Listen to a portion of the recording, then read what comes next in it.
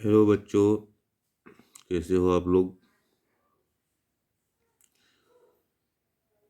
देखो, ये जो सवाल है बच्चों, क्लास 10th का है। सरफेस एरिया एंड वॉल्यूम का। एक्सरसाइज क्या है 13.3 और क्वेश्चन नंबर है 4। क्वेश्चन नंबर 4 है बच्चों। क्या क्वेश्चन है, पढ़ के सुनाते हैं। क्वेश्चन है, व्यास 3 मीटर का एक कुआं 14 मीटर की गहराई तक खोदा जाता है। इससे निकली हुई मिट्टी को कुएं के चारों ओर 4 मीटर चौड़ी एक वृत्ताकार वलय बनाते हुए समान रूप से फैलाकर एक प्रकार का बांध बनाया जाता है। इस बांध की ऊंचाई ज्ञात कीजिए बच्चों। बहुत ही आसान सवाल है बच्चों। देखिए इसको कैसे बनाते हैं। देखिए, एक कुआं है।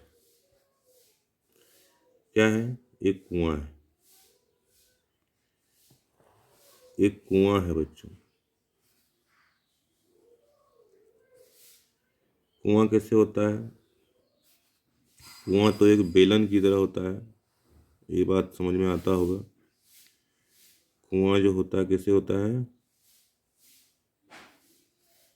बेलन की तरह होता है कुआं। इसमें जो है, इसका व्यास दिया हुआ है। व्यास कितना दिया हुआ है बच्चों? इसका जो व्यास दिया हुआ है वो दिया हुआ है 3 मीटर दिया हुआ है बच्चों। 3 मीटर इसका व्यास दिया हुआ है। और कुआं कितना गहराई तक खोदा जाता है, ये देखिए दिया हुआ है क्वेश्चन में कि 14 मीटर की गहराई तक खोदा जाता है। कितना? 14 मीटर। तो इसका गहराई कितना हो गया बच्चों? गहराई हो गया 14 मीटर। और क्या दिया है? और जो मिट्टी निकलता है वो चारों ओर फैला दिया जाता है। जो मिट्टी निकलता है बच्चों, वो चारों ओर फैला दिया जाता है मिट्टी को। ये मिट्टी जो है चारों ओर बच्चों फैला दिया जाता है। कहीं कोई दिक्कत नहीं है। ये चारों ओर जो है मिट्टी फैला दिया जाता है। तो कह रहा है कि वो जो बांध बनेगा मिट्टी फैलाने के बाद, उसकी ऊंचाई कितना होगा, यही निकालने के लिए बोला गया है। इसको कैसे निकालेंगे बच्चों? तो जितना मिट्टी निकलेगा उसका जो आयतन होगा और ये जो बांध बनेगा इसका जो आयतन होगा बराबर होगा दोनों, क्योंकि वही मिट्टी से बनाया जाता है। तो हम लोग इसको कैसे करेंगे? तो इसका क्या होगा देखिए। और बांध जो है, बांध तो एक रिंग की तरह है। आज इसका त्रिज्या कितना दिया हुआ है? कुआं का त्रिज्या कितना हो जाएगा? 3 मीटर। तो इसका व्यास है 3 मीटर व्यास है। तो त्रिज्या कितना हो जाएगा? यहाँ लिखते हैं हम लोग, जो है कुआं जो है, कुआं का त्रिज्या, कुआं का त्रिज्या कितना हो जाएगा? कुआं का त्रिज्या हो जाएगा 3/2 मीटर। कोई दिक्कत नहीं है। कुआं का त्रिज्या 2 मीटर हो गया। इसको हम लोग मान लेते हैं आर, बड़ा आर मान लेते हैं। कुआं का त्रिज्या, कुआं का त्रिज्या 3 मीटर। अब देखो, पूरे जो हम लोग लेंगे, पूरे का त्रिज्या कितना हो जाएगा? पूरा एकदम ये बांध लेके, तो यहाँ पर 3/2 और ये वाला हो जाएगा 4 मीटर चौड़ाई। 4 मीटर चौड़ाई बोला है। इसकी चौड़ाई 4 मीटर है। तो ये पूरे कितना हो जाएगा? ये पूरे, इसको हम लोग जो है आर डैश मान लेते हैं। आर डैश, आर डैश कितना हो जाएगा बच्चों? तो 3/2 मीटर प्लस 4 मीटर बराबर कितना हो जाएगा? 4 दूना 8, 3 11, 11/2 मीटर। ये जो त्रिज्या हो जाएगा पूरा कुआं का त्रिज्या प्लस ये बांध की चौड़ाई कितना हो जाएगा? 11/2 मीटर हो जाएगा। कोई दिक्कत नहीं है। अब देखिए अब क्या होगा कि खोदा हुआ मिट्टी का आयतन, खोदा हुआ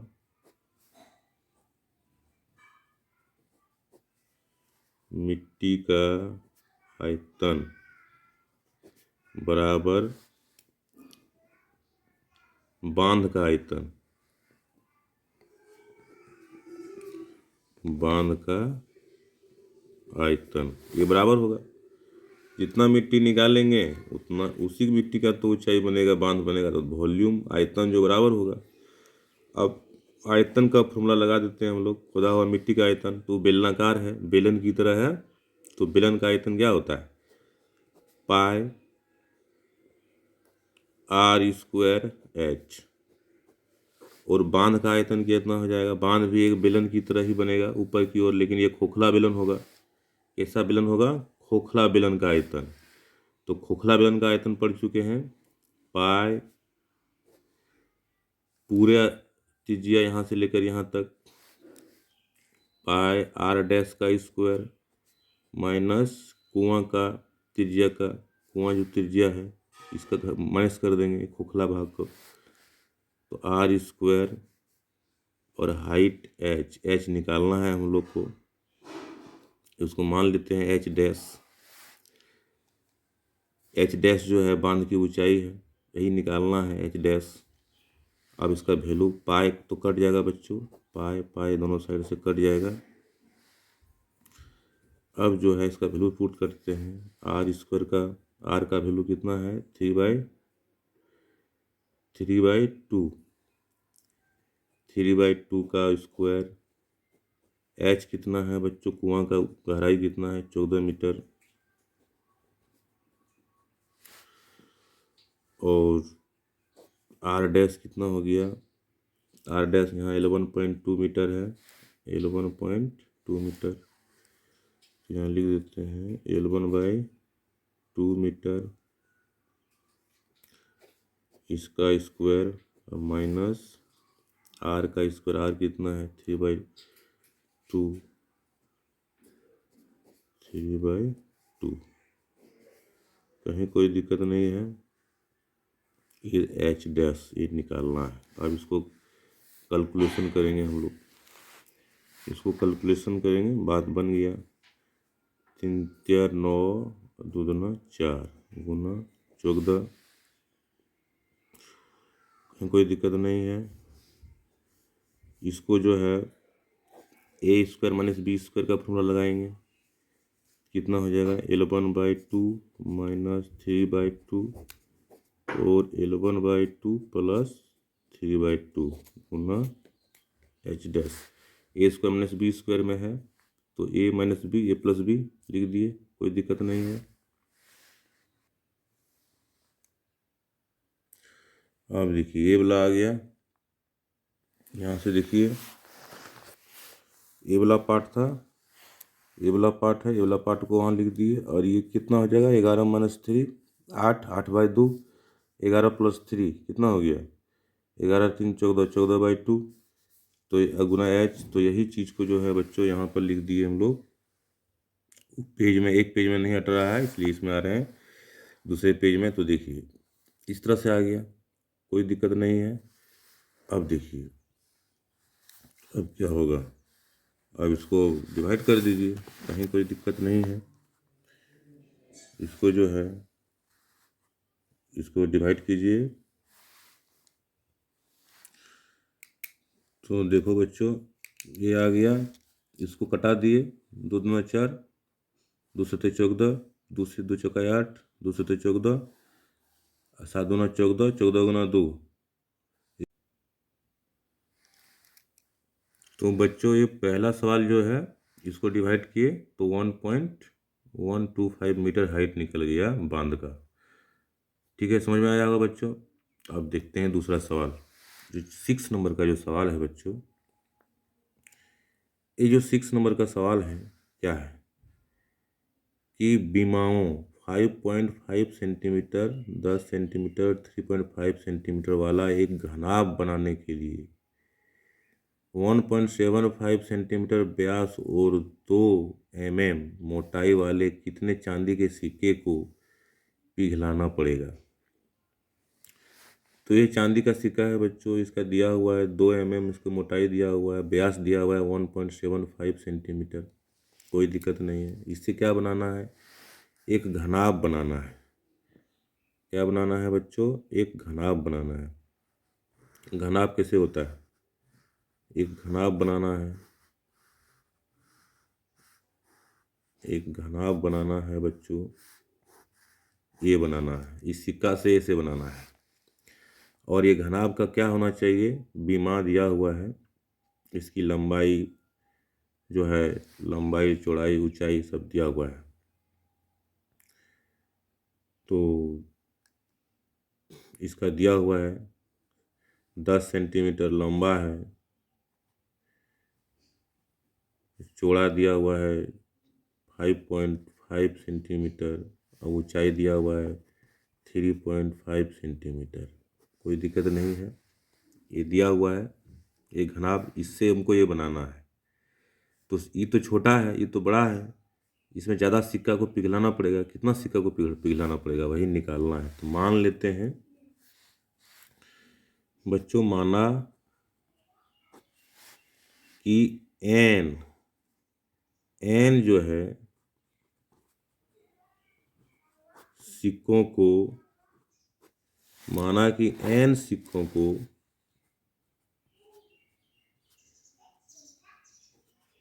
पिघलाने पर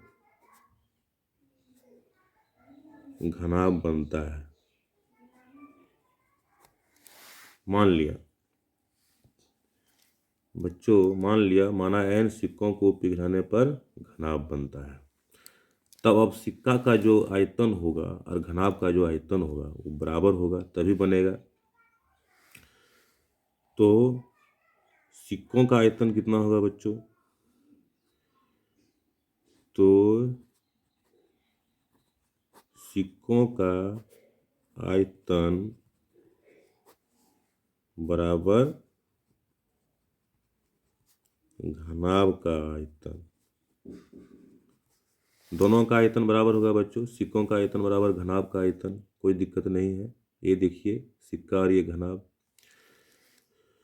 तो सिक्का मान लीजिए एन सिक्का को पिघलाएं, एन, और सिक्का का आयतन क्या हो जाएगा, एक सिक्का जब मोटा है ऊंचा है तो एक सिलेंडर की तरह होगा सिक्का।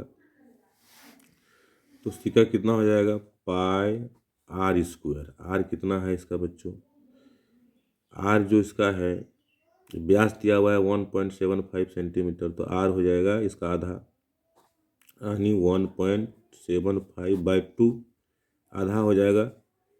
तो पाई आर स्क्वायर एच कितना दिया हुआ है बच्चों, 2 mm। 2 mm को सेंटीमीटर में बदल देते हैं तो 10 से डिवाइड कर देंगे, तो 2/10 सेंटीमीटर में बदल गया कि 10 mm बराबर होता है, 10 मिलीमीटर बराबर होता है 1 सेंटीमीटर। तो 10 से डिवाइड कर दिए, सेंटीमीटर में बदल दिए, क्योंकि सब सेंटीमीटर में दिया हुआ है, सब जो है घनाभ का सब सेंटीमीटर में दिया हुआ है। इसका व्यास सेंटीमीटर में दिया है, तो इसको भी सेंटीमीटर में बदलना जरूरी है, तो सेंटीमीटर में बदल दिए, कोई दिक्कत नहीं है। 10 से भाग दे दिए, सेंटीमीटर में बदल गया। अब जो है घनाभ का आयतन कितना हो जाएगा, तो लंबाई जो इसका जो भी डायमेंशन दिया हुआ है, लंबाई गुना चौड़ाई गुना ऊंचाई, 10 सेंटीमीटर गुना 5.5 सेंटीमीटर गुना 3.5 सेंटीमीटर, ये निकल गया घनाभ का आयतन। हम लोग क्या निकालना है, एन निकालना है। तो एन इक्वल टू क्या हो जाएगा बच्चों, एन सिक्कों की संख्या, तो 10 गुना 5.5 गुना 3.5 घनाभ का आयतन बटे इसका आयतन डिवाइड कर देंगे हम लोग, तो यहाँ पे आ जाएगा पाई गुना जो है 2/10 है, 2/10 गुना 1.75/2 का स्क्वायर, ये आ गया बच्चों। अब इसको हम लोगों को कैलकुलेशन करना पड़ेगा। इसको हम लोग कैलकुलेशन करेंगे तो सिक्कों की संख्या आ जाएगा, सिक्कों की संख्या आ जाएगा बच्चों। तो इसको हम लोग कैलकुलेशन करते हैं। देखो बच्चों, ये आया है n = इतना वैल्यू आया हुआ है। तो इसको कैसे करते हैं, तो 10 n का वैल्यू आया हुआ है, तो 10 गुना 5.5 गुना 3.5। अब ये जो है 7 ऊपर चला जाएगा, 7 ऊपर लिख दिए। ये 10 जो है बच्चों, 10 ये ऊपर चला जाएगा, 10 को ऊपर लिख दिए। अब 1.75/2 गुना 1.7/5/2, ये 2 जो है बच्चों, ये भी 2 और 2 मतलब ये स्क्वायर था, 2 बार में लिख दिए, कोई दिक्कत नहीं है, कहीं कोई दिक्कत नहीं है बच्चों। अब 10 गुना 5.5 गुना 3.5 गुना 7 गुना 10 डिवाइड बाय 22 गुना 2 गुना 1.75 गुना 1.75, और ये जो 2 और 2 4 है, ये 4 ऊपर चला जाएगा बच्चों, कहीं कोई दिक्कत नहीं है। अब इसको जो है कैलकुलेशन करना है, जो कटता है उसको काटना है। जैसे 2 है, यहाँ 2 2 के 2 और 2 दूना 4, ये कट गया। और देखते हैं बच्चों, कुछ कटता है तो काट देते हैं। तो इस तरह से इसको जब हम लोग कैलकुलेशन करेंगे, जैसे यहाँ पे क्या है 1.75 है, यहाँ भी 1.75 है, तो हम लोग एक पॉइंट को इसको उड़ा दिए, एक पॉइंट को इसको उड़ा दिए, इसका ये पॉइंट हटा दिए, तो पॉइंट हट गया, दशमलव खत्म हो गया, क्योंकि इसका एक पॉइंट, इसका एक पॉइंट, इसका दो अंक है, इसके बाद 2 पॉइंट हटा दिए, ये दशमलव खत्म हो गया। और उसके बाद जो है, और ये कटता है तो काट देते हैं। ये कितना से कटेगा, 5 से कटेगा, ये 5 से कट जाएगा बच्चों।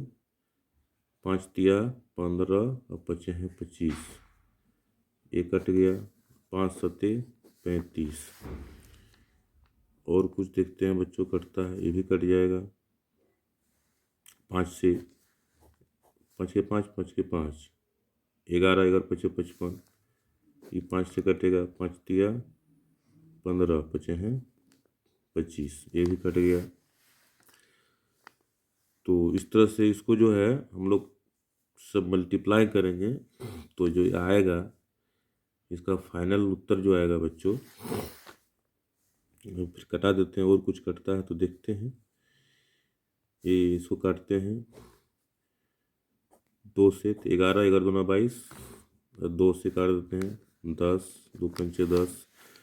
तो इस तरह से क्या आ गया बच्चों, 10 गुना 11 गुना 7 गुना 7 गुना 5 गुना 2, 11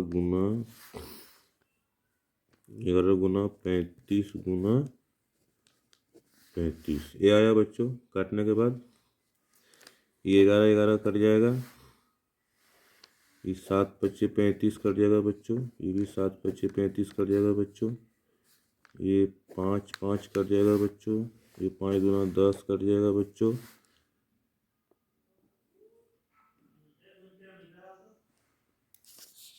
और यहाँ जो पॉइंट हटाए थे बच्चों, यहाँ पे यहाँ 100 से मल्टीप्लाई होगा ये।